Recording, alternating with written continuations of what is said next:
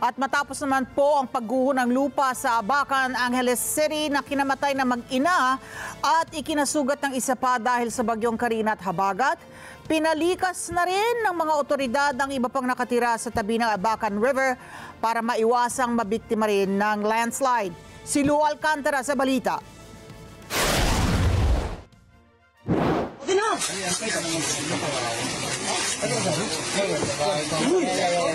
Patuloy na pinapayuhan ng lokal na pamahalaan ng Abacan, Angeles City, Pampanga ang mga residente ng dobleng pag-iingat sa gitna ng nangyaring soil erosion sa naturang lugar kahapon.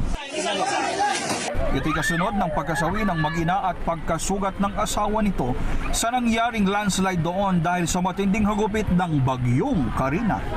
Ayon kay Mang Nestor, tatay ng sugatang biktima, nagkaroon ng soil erosion kaya bumigay ang pader ng bahay ng mga biktima na dumagaan at sanhi ng pagkamatay ng mag-ina. Inihayag ni Mang Nestor na halos di na makalakad ang kanyang anak na lalaki dahil sa dami ng mga sugat na tinamo nito sa paa na nagpapagaling pa sa ospital. Ulo mo! Ulo lang, ulo! Hayaan mo siya lumabas, huwag yung matayin! Yan! Yan! Yan! Yan! Doon po sa kanilang kinatitilikang bahay sa lugar, nagkaroon po ng landslide at may bumagsak po na bato. Doon po dumagan sa kanila. Yung anak ko po ay nadaganan po at siya po'y sugatan.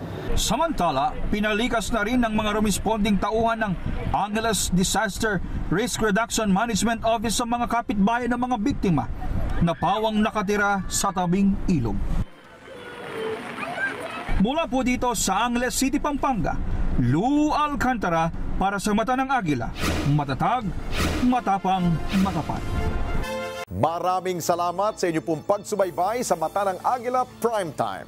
Para malaman ang matatag, matapang at matapat na mga balita, i-follow lamang at mag-subscribe sa @Net25 TV.